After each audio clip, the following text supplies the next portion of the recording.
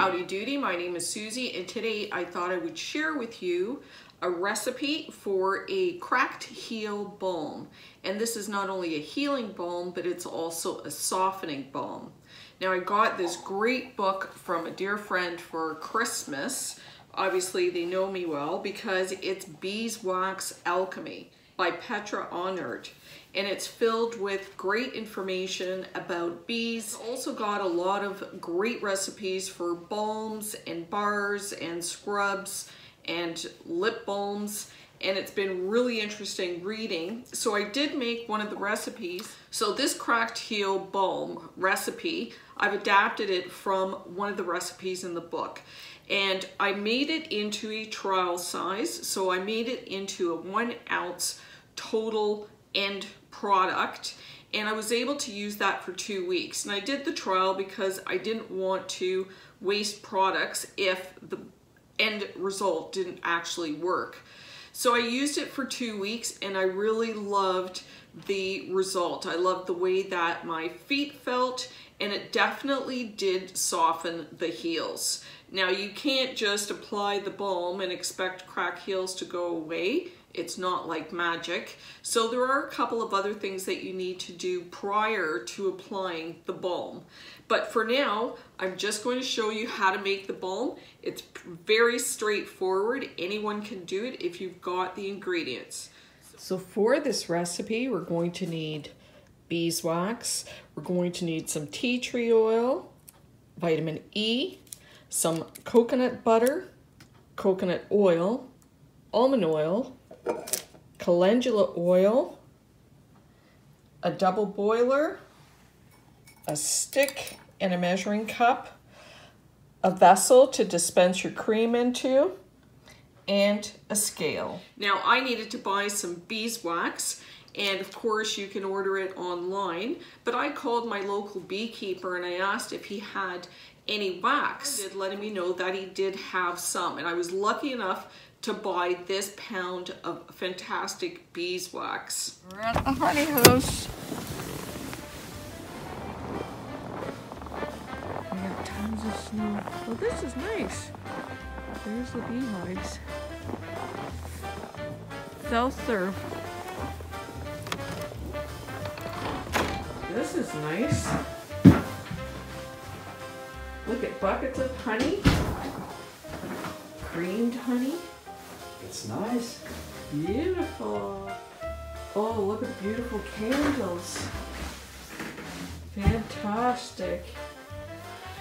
Pure beeswax. That's what I need. I'll take one of these.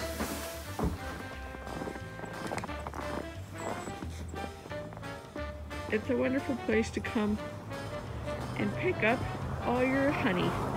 So this is great, and you can certainly order wax online, but why not call your local beekeeper and go directly to the source and buy it from there if you can.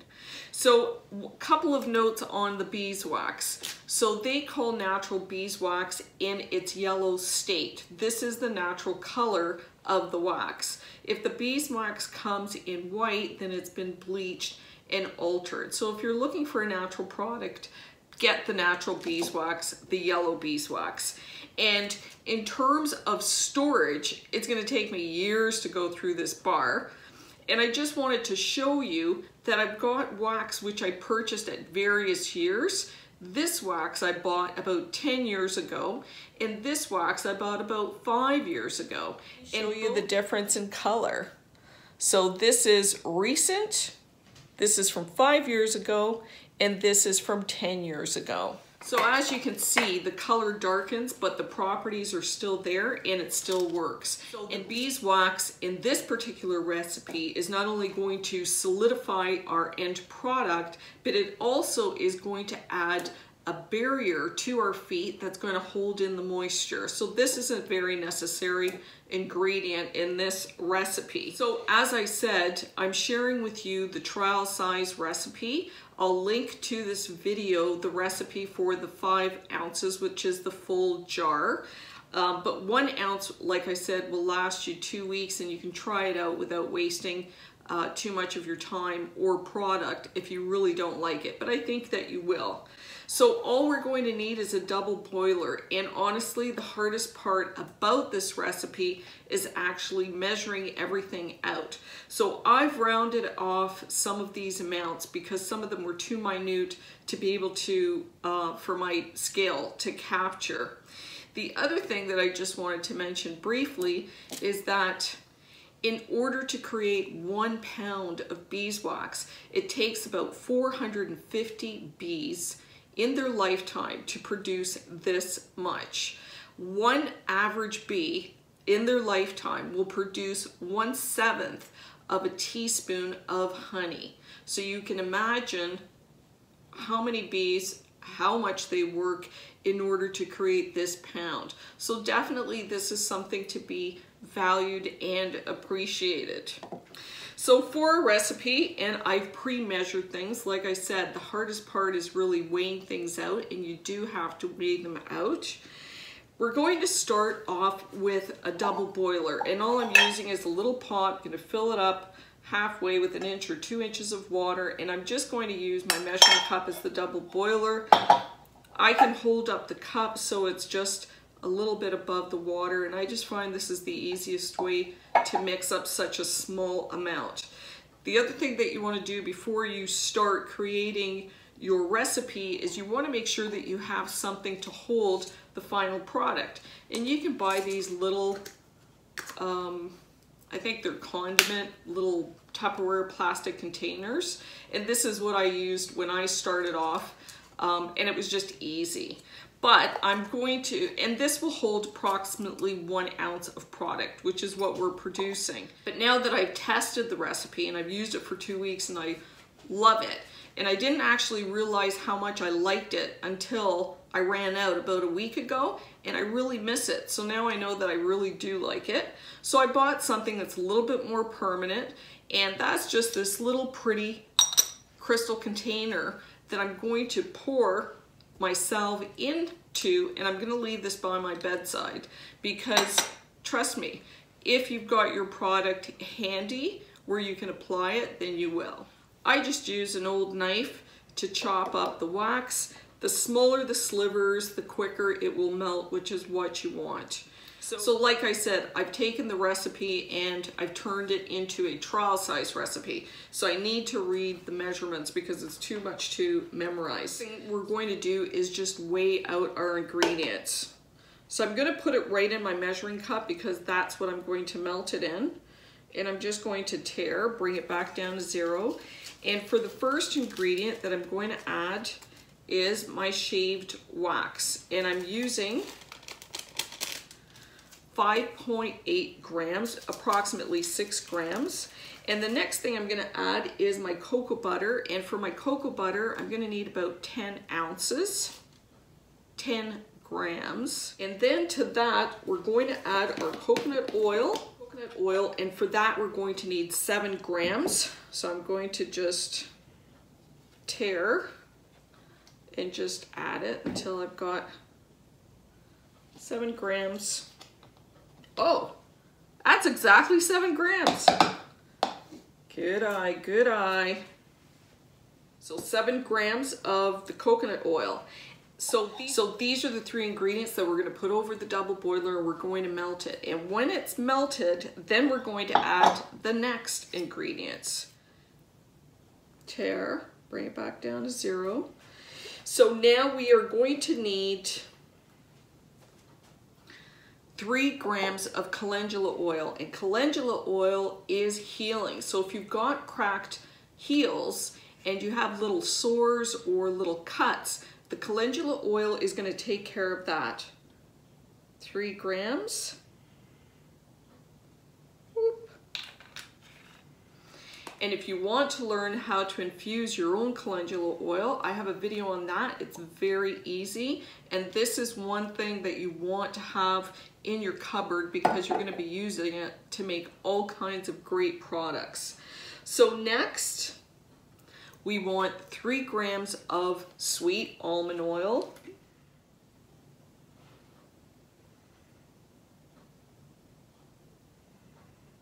Oh, that's exactly 3.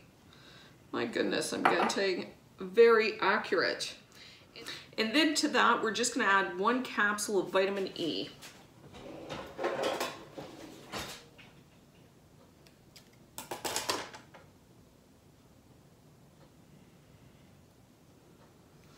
One capsule of vitamin E.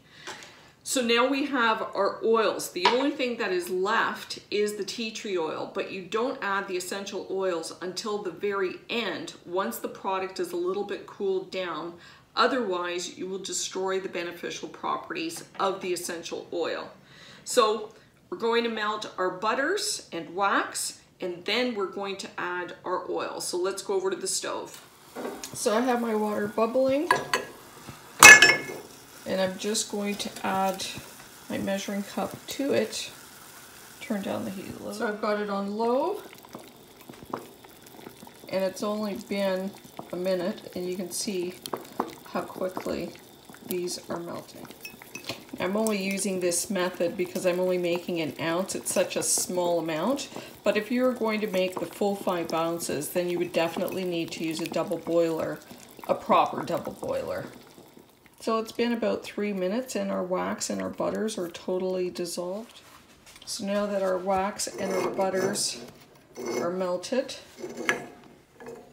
don't forget to use a mitt, an oven mitt, because your cup is going to be hot. We're going to add the oil and you will see it's going to solidify a little bit at first.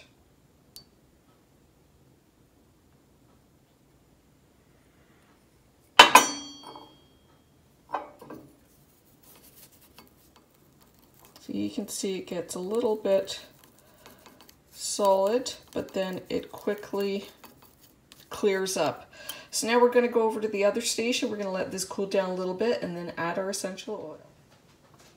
So now I've just let this sit and cool, and the measuring cup is warm to the touch, but it's cool enough that I can now add the tea tree oil, and we're going to add 3 drops of tea tree oil. Whoops. Okay, 3 to 4 drops of tea tree oil. And it's very strong, but the tea tree oil is antifungal, and this is great for your feet. Then once you mix your essential oil, then just dispense it into whatever little container you've got. And like I said, I'm pouring it right into this little crystal container. So you're going to let this cool off to the side until it's fully solidified, and then I'll be able to use that every night.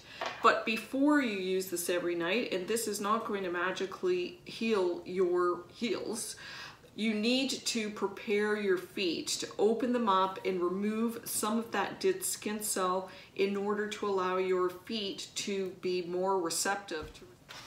So day 1, I took yourself a little pan that you can use for your foot bath. And this is a perfect size, both feet fit in. And all you want to do is add a couple of inches of hot water to your foot bath. And then you're going to add 1 cup of Epsom salts and 1 cup of apple cider vinegar to the water. You're going to soak your feet for 20 minutes. And in those 20 minutes, what ends up happening is all that dead skin that's on your heel and on your feet, it starts to turn a whitish light pink color. And that's the time that you're going to use either your pumice rock or your emery board to slough off all of that dead skin cells. And believe me, this works great. The first time I tried it, there was a noticeable difference after removing all the dead skin cells. So I did this once a week for the 2 weeks. Then after my foot bath, while my feet were nice and moist, I applied myself. And then I wrapped it in cellophane, and an easy way to do that, because you don't want to bind your feet, is cut out a square, turn it on the diagonal, put your foot in the center, and then you can cover your feet with the four corners of the saran. That way you can still move your foot. And slipped on a sock, and I slept with this overnight. And in the morning, my feet felt great. I could actually feel my feet. Maybe you experienced this, but if you've got excessive dry skin, and if you've got cracked heels, that part of your foot becomes almost numb. And it can be painful when you walk. So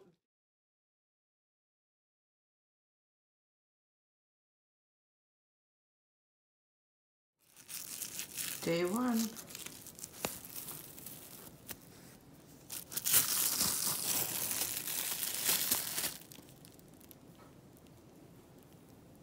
It's definitely smoother. So that was the first night that I did the full soak with the Epsom salt and the vinegar.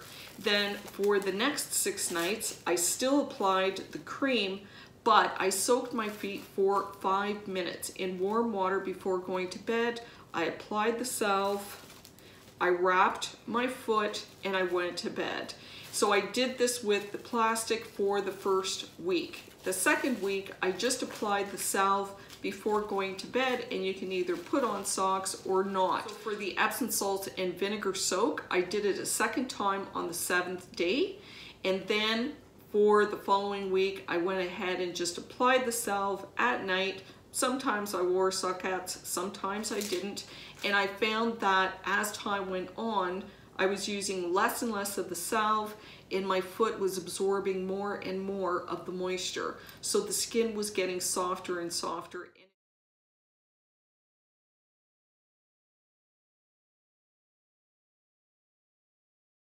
So the best time to do this treatment is before you go to bed. It really feels great putting it on, and because you're applying the salve every night, you're giving yourself a little bit of a foot massage and just increasing that circulation. So it really does make your feet feel much, much better. So just a word of caution on the saran. If you're wrapping your feet in saran and covering them with socks, if you try walking, you will slip in your socks and you could easily lose your balance. So the best time to do this is just before you're going to bed. Try this recipe and you like it, I hope that you share it. And if you'd like to see more content, I hope you subscribe. Until then, stay busy as a bee.